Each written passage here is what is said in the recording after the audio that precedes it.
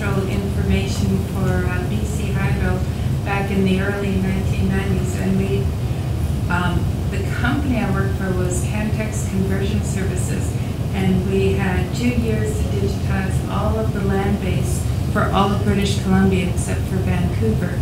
And all those plot files were our field maps that went out into the field and put all of the facility management on it for BC Hydro, which included all the house numbers on the leader lines, which I believe is the distribution database that Neil mentioned this morning.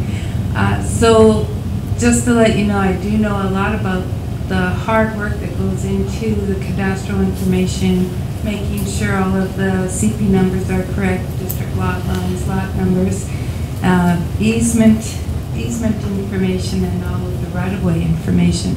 So working with the First Nations for the last 12 years, I know what goes into the cadastral information. Mostly I just want to display it now instead of having to edit it or manipulate it.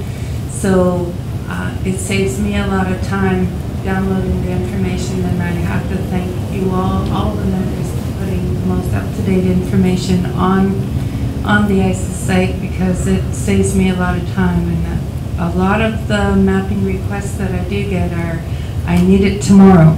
So I don't have a lot of time to go through the information to make sure everything is correct. And I know working with ICIS that a lot of the information is pretty darn accurate. And it saves me putting Don McNamara or Ken Kuhn from City of Fort St. John in a rush situation along with me. So I just want to say thank you, and it's been a pleasure being a member. And I just have to say, we were the second First Nation in that 22 First Nations, and Carrier Secani was the first. And thank you, Marlene, for suggesting becoming a member. Thank you.